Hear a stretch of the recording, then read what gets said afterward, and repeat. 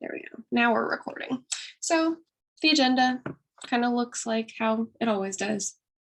A couple announcements, introducing the actual paper, extra credit to get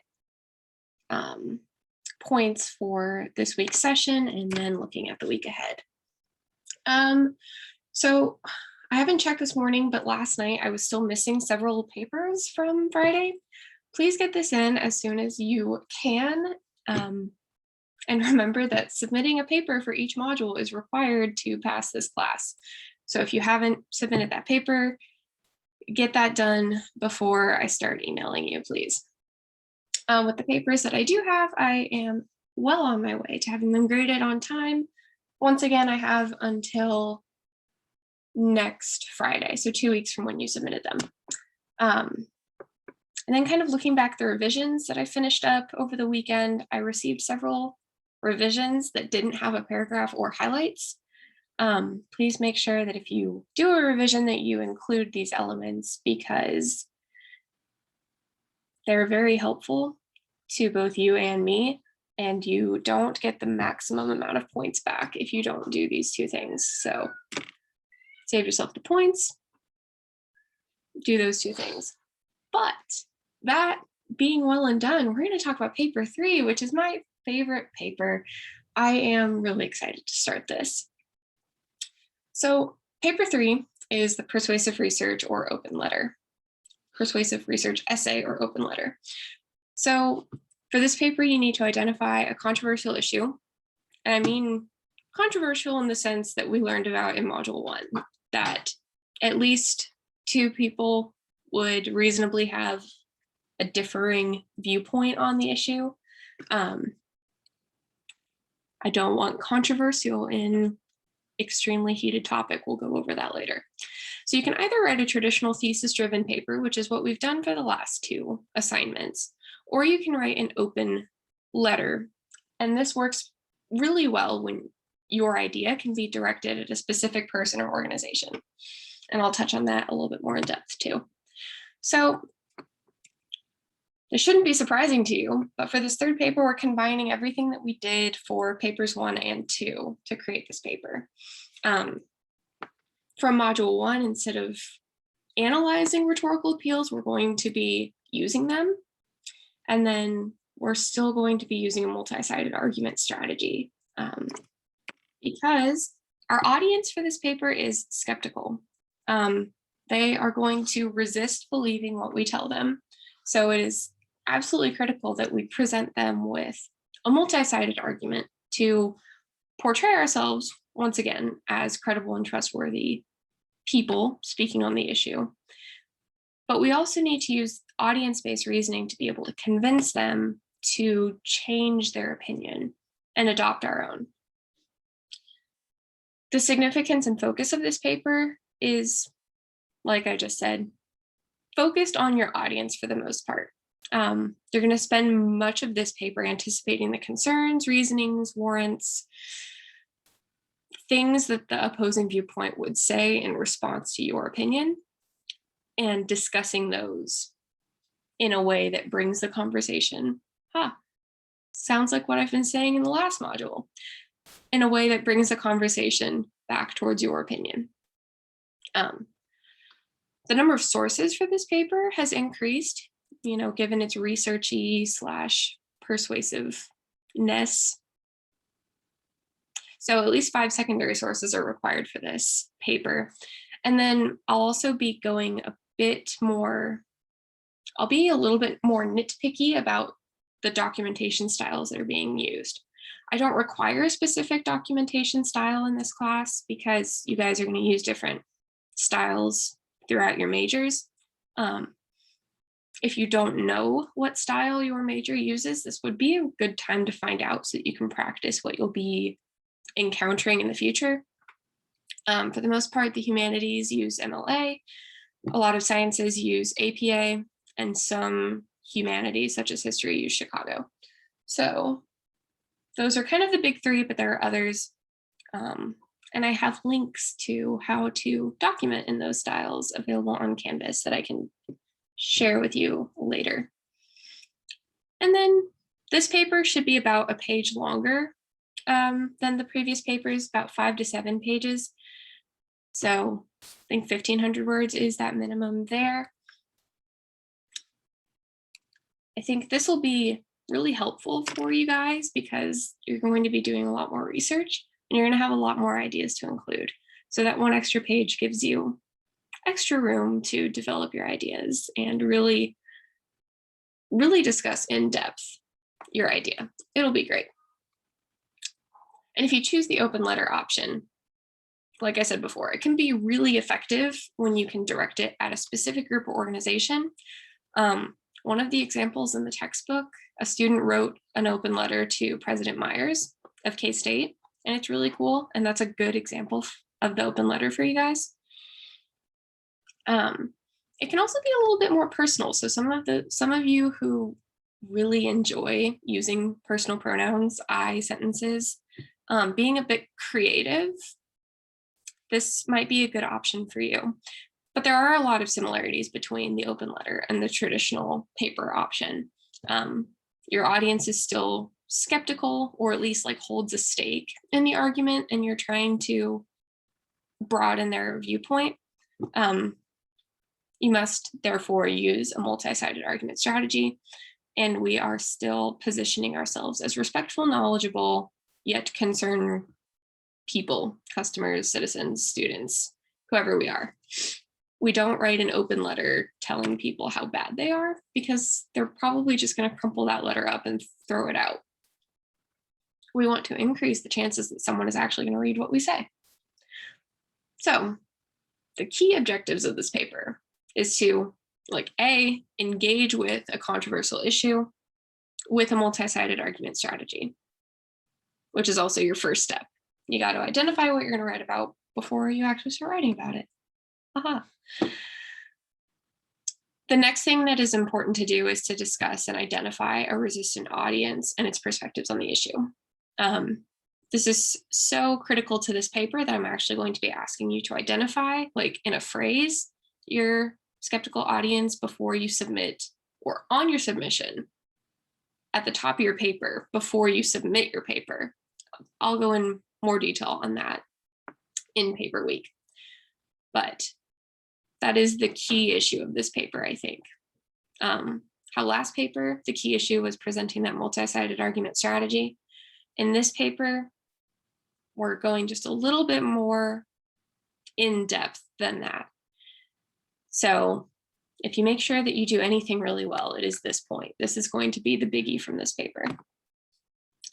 So after you identify this skeptical audience, you need to provide common ground between you and that OVP.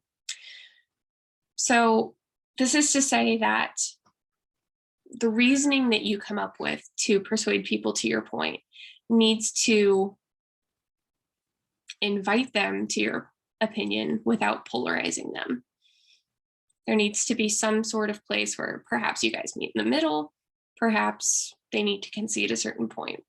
But there has to be a commonality between those two.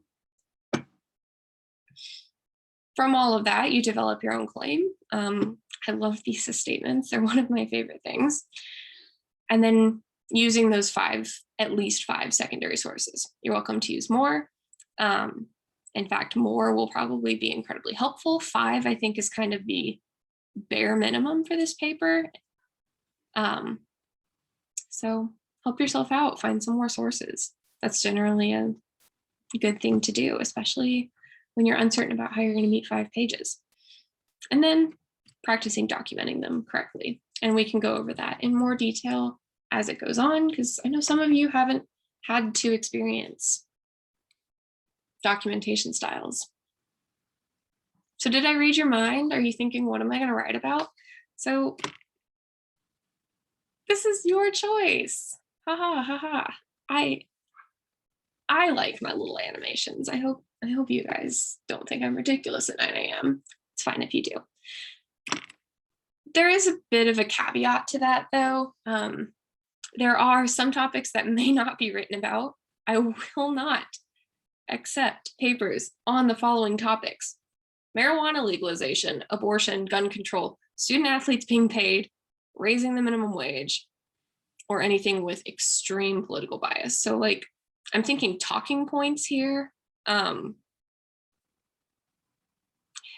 Yeah, just, I don't want to see it. So tonight, one of our assignments, or I think the assignment, is to start thinking about the topic that we're going to be choosing. I'm going to be keeping an eye on the responses that we get, and I have a little disclaimer there. I reserve the right to tell anyone that their topic is either too broad or not broad enough. So if you're uncertain about where to start to think about your topic, the best piece of advice that I can give you is to start close to home. If I were in your shoes, and I have been in your shoes, the first thing that I would do is think about what kind of issues are present within the world of my major that I can talk about. Because A, it's a relatively narrow topic, and narrow topics are almost always easier to write about than broad topics. And you get a bit of experience thinking about some of the conversation that's going on within your own field. So you kind of like kill two birds with one stone there.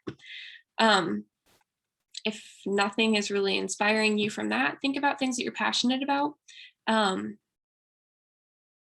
This could be like a social movement. It could be wanting to change like things that people do. Like I'm passionate about national parks, so I could write a paper about how like national parks should receive more funding, something along those lines. Think about things that you love or that you really hate and find a way to make a topic about that. And to note, once again, the more specific the topic, the better. The federal, like ideas that talk about national issues tend to be more difficult to write about. So I can't stress enough how much easier it will be on you if you find a way to narrow it. And if you're unsure, send me an email. And beware of these weaknesses with this third paper. These I have seen a lot, so please take note of some of these issues and avoid them. So there's the first, choosing a topic that isn't controversial. I have seen students want to argue facts. We don't argue facts. We don't really entertain the idea that people disagree on facts, even though it happens sometimes. We need a topic for this paper that reasonable alternative perspectives would exist on. And then that being said, and I've alluded to this, choosing a topic that is too controversial is also an issue. So a good rule of thumb to think about is if you can't find any common ground with the opposing viewpoint, you shouldn't use that topic. Don't choose anything that you are so impassioned about that you can't begin to understand the opposing viewpoint. That's not going to help you use audience-based reasoning if you can't even begin to imagine why someone would think how they think. So don't choose a topic like that.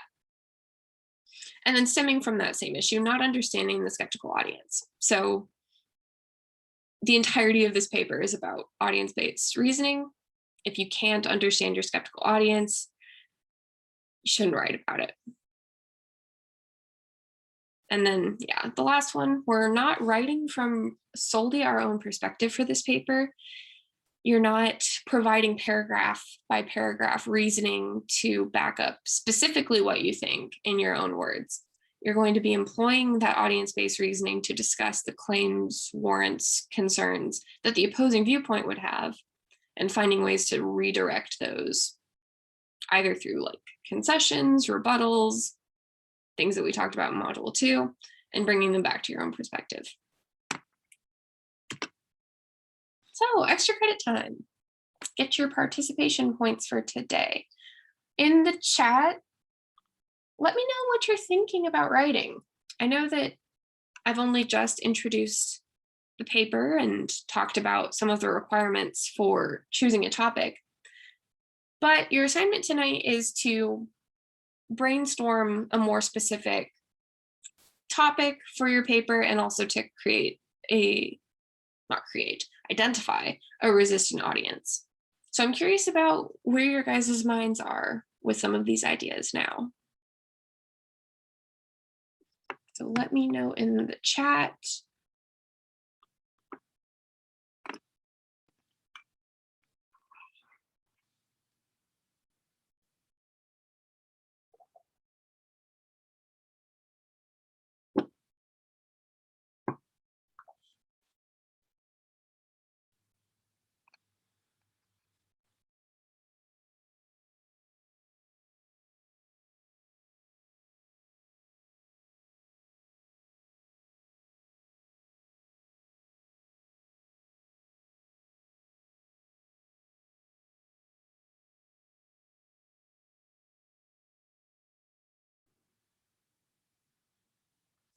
All right, getting some good ideas in so far. Funding for public housing developments. It's a great idea. Try to narrow it. I think depending on where you're from, if you're from like Kansas City, you could do public housing in Kansas City. You could do specifically Kansas. Finding a way to narrow that from like a national sense to even a more local sense. If you're in Manhattan, think about that. Those are good ways to make that more narrow.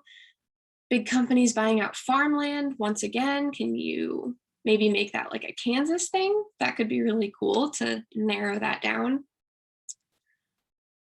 A gap year between high school and college. That is a good topic, and I think one that a lot of people have been discussing recently. I think you can find a lot, maybe even from like Kansas schools, about how many people took gap years because of COVID and stuff. Kids having a cell phone. That one might be a little broad. It's not undoable, but I'd encourage you to think about ways you can narrow that. Safety and morality of self-driving cars. That one's kind of a touchy subject. I will be in contact with you about that one, because there is a good way to write about that and a not so great way to write about that. So I will be commenting on your stuff and we'll figure that out for you. Privacy versus security. That is a huge, huge topic. I'd consider finding a way to narrow that down. And then STEM majors versus others. That's a good topic. It's like one that we had a article over for the last two papers, and that's, good job. You're like thinking outside the box. Okay. Haven't gotten anything else in a moment. Those ideas are pretty darn good. Some of them we need to tweak a little bit to be more narrow, but like for 9 something in the morning, you guys are coming up with some good ideas. Good job. So here's your week ahead. You've got your overview. So if you want a little bit more in-depth words, it's escaping me, description of this paper, of this assignment, paper/letter, you can find that in the overview. You've got your reading assignment. Got 2 TED Talks to watch for tonight, and they're kind of entertaining. I hope that you like them. And the assignments for this week are relatively light. Again, you've got a discussion board due tonight. This is, like I said earlier, you're going to start putting together your topic, identifying a skeptical audience for that, and you are going to be helping your peers narrow, focus, polish up their topic and their ideas. So as you do this, things that I would love to see, especially from you guys who came to class, is to consider some of these things that I've been talking about. Is the topic narrow enough? Is it specific? Could it be related to like Kansas City, the Midwest? Those kinds of things are really helpful. I can absolutely guarantee you guys that you will have an easier time by bringing those topics in. So, questions, comments, concerns, or epiphanies? You can either unmute or tell me something in the chat.